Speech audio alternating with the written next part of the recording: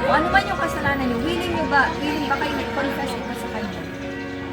Hindi ng tama. Sasabihin niyo, oh, doon, 1,000 times ang inyong mararamdaman na sakit. Ibig sabihin, very, very, very sensitive to Lord. Ramdam mo ang pagiging. Diba? Kaya habang nandito tayo sa lupa, ito yung time na sinasabi sa atin ng Lord, na pilitin natin si Jesus. Makipot na daan. Walang pagsisinungaling, not ibibigay kay Jesus. Sa totoo lang, hindi naman yun talaga kayang baguhin ang sarili niyo.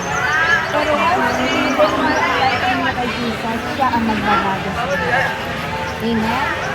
So, willing ba kayo talaga na i-surrender sa kanyang life niyo?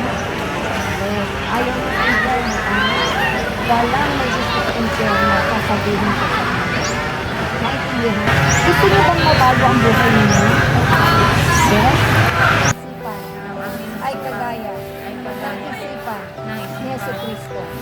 Simula sa araw na ito.